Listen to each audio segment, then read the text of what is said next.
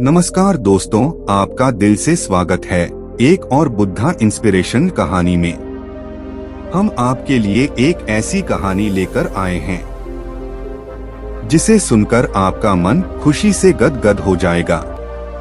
दोस्तों, जितने ही अच्छे आप बनोगे उतने ही ज्यादा दुखी रहोगे। बुद्ध ने ऐसा क्यों कहा कि ज्यादा अच्छा होना भी दुख का कारण बन जाता है? इसी बारे में जानने के लिए कहानी को लास्ट तक जरूर सुनें और कहानी का आनंद लें। दोस्तों, आज की इस बौद्ध की कहानी के माध्यम से आपको कुछ ऐसे तरीके पता चलेंगे जिसे आप धोखा खाने से खुद को बचा सकते हैं। दोस्तों, अक्सर आपने देखा होगा कि भावनात्मक रूप से कमजोर लोगों का लोग हमेशा फायदा उठाते रहते हैं।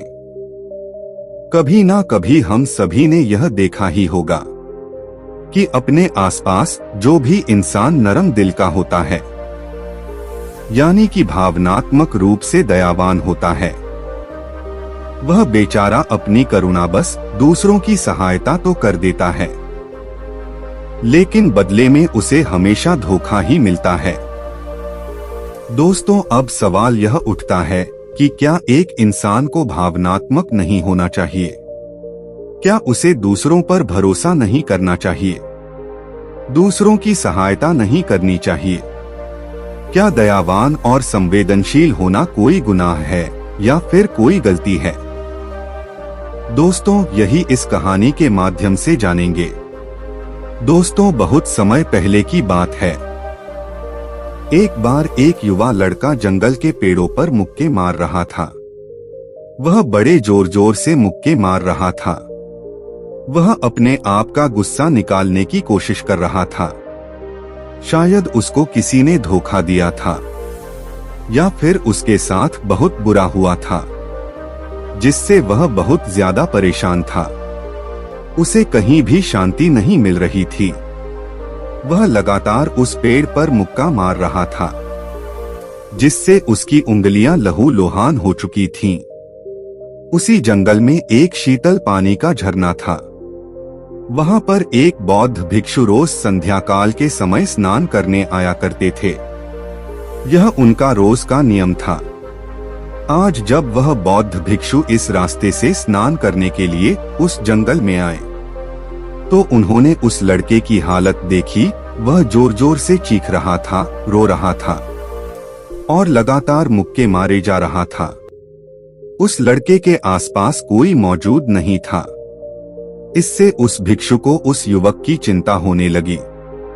बौद्ध भिक्षु ने सोचा कि कहीं मैं इसे ऐसे ही छोड़ दूं और कहीं यह आत्महत्या न कर ले। तो ऐसे विचार आने के बाद भी वह कुछ नहीं बोले और लगातार उस युवक की तरफ देखे जा रहे थे। भिक्षु एकदम चुपचाप खड़े हुए थे। उसने युवक से कुछ नहीं बोला, कुछ नहीं कहा। बस वह उसकी ओर लगातार देखते रहे। कुछ देर तक तो उस युवक ने उस भिक्षु को नजरअंदाज किया, लेकिन कुछ देर बाद उसे अजीब सा लगने लगा। तब उसने सोचा कि ना तो यह मुझे रोक रहे हैं और ना ही कुछ कह रहे हैं। यह तो बस मुझे देखे जा रहे हैं। इसका क्या मतलब है? बड़ा अजीब आदमी है। ऐसे ही विचार उस लड़के के मन में उठने लगे थे। जब कुछ देर बाद भी वह भिक्षु कुछ नहीं बोले, तो लड़के ने अचानक से उनसे पूछा, मान्यवर, आप अपने रास्ते क्यों नहीं चले जाते? आपको क्या मतलब खड़े हुए मुझे देख क्यों रहे हैं? फिर भिक्षु ने बड़े शांत स्वर में कहा, बेटा, मैं तुम्हें रोक नहीं रहा हूँ, तुमसे कुछ कह नहीं रहा हूँ, तो मुझसे तुम्हें क्या परेशानी है? मेरे ही तरह यह पेड़ पौधे, यह पक्षी, यह सब तुम्हें तो देख ही रहे हैं। जब इनसे तुम्हें कोई परेशानी नहीं है, तो मुझसे क्यों परेशानी है? यह सुनकर लड़का जोर से चीखकर बोला, मुझे सबसे परेशानी है, मैं सबसे नफरत करता हूँ। यहाँ पर सब धोखेबाज गद्दार होते हैं, कोई किसी का नहीं होता इस दुनिया में। इस तरह बोलते बोलते वह फूट फूट कर रोने लगा और रोए जा रहा था। और बौद्ध भिक्षु उसे देखे जा रहे थे। वह उसे चुप करने की कोशिश भी नहीं कर रहे थे। यह बात तो उस लड़के को और ज्यादा अजीब लगी। अब रोना छोड़कर उस लड़के ने चुप होकर उस भिक्षु से कहा, बड़े अजीब आदमी हैं आप। आपके सामने कोई इंसान दुखी है, परेशान है और आप उसे चुप भी नहीं कर सकते हो। मन में बिल्कुल भी संवेदना नहीं है। आपको अपने साधु होने पर लाजमी होना चाहिए। और ऐसे ही न जाने क्या क्या जली कटी बातें वह युवक उस भिक्षु को सुनाने लगा। कुछ देर बाद जब युवक का सारा गुस्सा निकल चुका था, तब भिक्षु ने बड़े ही शांत स्वर में कहा कि आज मैं तुम्हें कंधा दे सकता हूँ, तुम्हारे आंसू पूछ सकता हूँ, लेकिन इससे तुम्हारी समस्या का समाधान नहीं होगा। कुछ देर के लिए तुम्हारा मन बहल जाएगा, बस उसके बाद वही जिंदगी, वही लोग जो तुम्हें आज कंधा देने के लिए भी तुम्हारे पास नहीं है, फिर से तुम इस जिंदगी में लौट जाओगे। कोई तुम्हें धोखा देगा, कोई तुम्हारा फायदा उठाएगा और तुम अपने मन को ऐसे ही तकलीफ पहुंचाने रहोगे।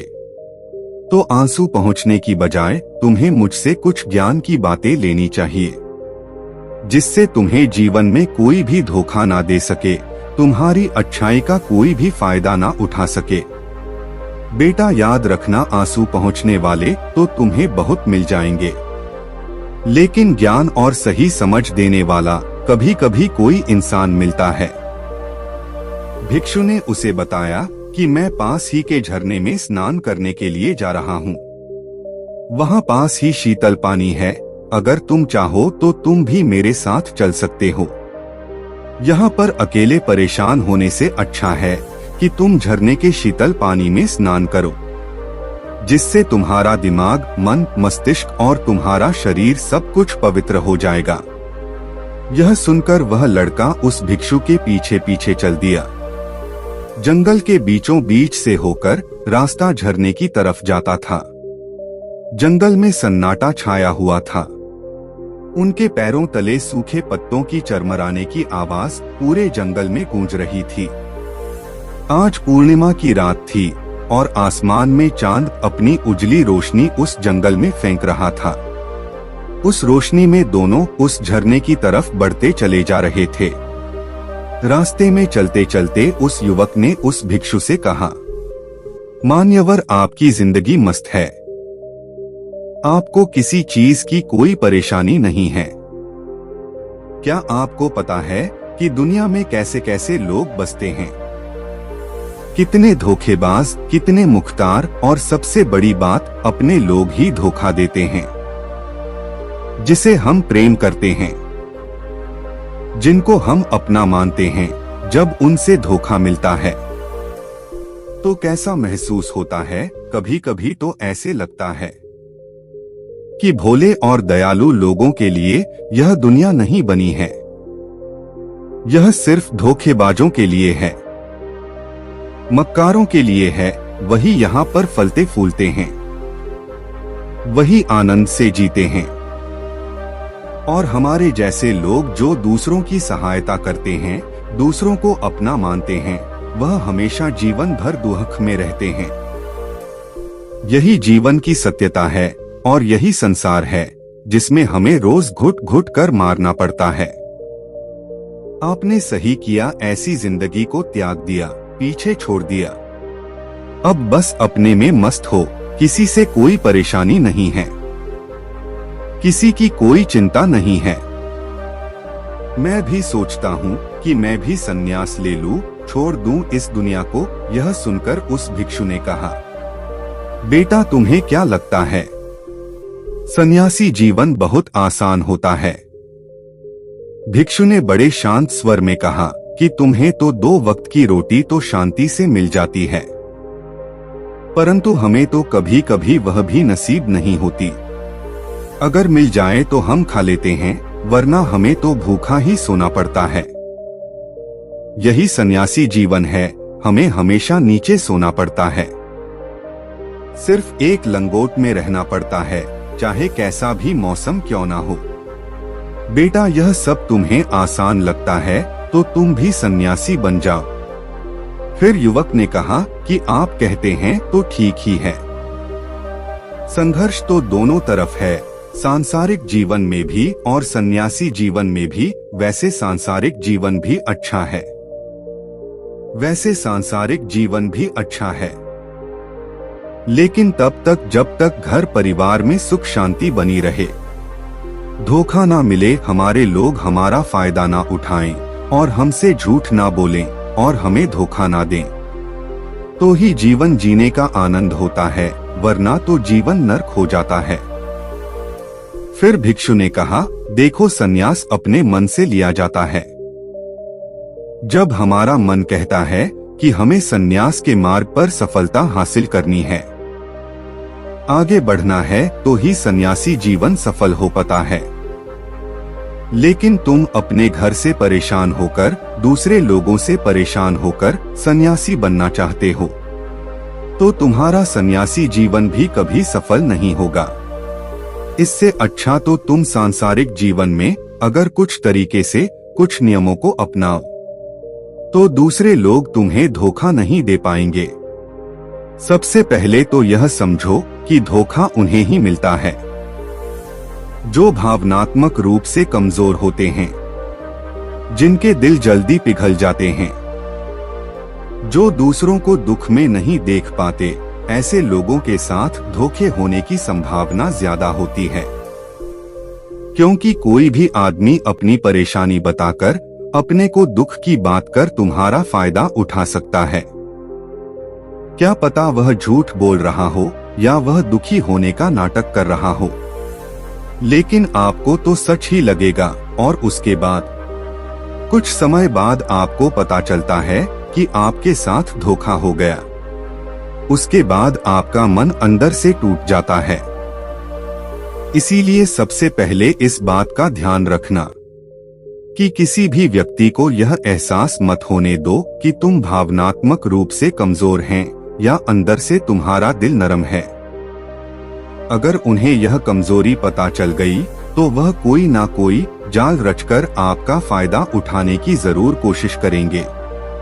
चाहे आप अंदर से संवेदनशील हों, दूसरों की मदद करने वाले हों, लेकिन किसी को एहसास मत होने दो कि ऊपर से कठोर बने रहो। जब लोगों को लगेगा कि यह आदमी कठोर है, तब वह लोग जो झूठ हैं, मक्कार हैं, वह आपके पास आएंगे ही नहीं। वह उन्हें चंगे जो उनके आसानी से शिकार होंगे। और दूसरी बात समझने की यह होती है कि हम बहुत जल्दी दूसरों पर विश्वास कर लेते हैं, और हमारा जल्दी विश्वास करने की आदत ही हमें हानि पहुंचती है। 2 दिन तुम्हें किसी से मिले हुए नहीं होते हैं और तुम एक दूसरे के हो जाते हो, एक दूसरे पर पूरा भरोसा करने लग जाते हो, और यह भरोसा तीसरे दिन टूट भी जाता है, और फिर तुम्हें धोखा मिलता है और फिर तुम परेशान होते हो। इसीलिए समय दो। किसी भी चीज को, किसी भी रिश्ते को आगे बढ़ाने के लिए समय की जरूरत होती है। समय के साथ ही तुम्हें सामने वाले इंसान की अच्छाई और बुराई पता चलती है। तब तुम्हें पूर्ण रूप से पता चलता है कि इंसान वास्तव में कैसा है, अच्छा है या बुरा है। और वह कुछ समय देने के बाद ही होता है। इसीलिए जल्दी किसी पर विश्वास मत करो। अपनी पूरी संतुष्टि करना। अगर तुम किसी के साथ लंबे समय तक भरोसा करना चाहते हो या किसी के साथ कोई संबंध बनाना चाहते हो, कोई दोस्ती करना चाहते हो या फिर किसी की मदद करना चाहते हो, तो इन सभी परिस्थितियों में तुम्हें यह जरूर पता होना चाहिए कि दूसरे लोग उस इंसान के बारे में क्या सोच रखते हैं। इसके बाद तुम जीवन में कभी भी धोखा नहीं खाओगे और तुम्हें कभी भी धोखे की वजह से पछताना नहीं पड़ेगा। इसी तरह की बातें करते हुए भिक्षु और वह लड़का दोनों जंगल से बाहर आ गए और अपने अपने घर को चले गए।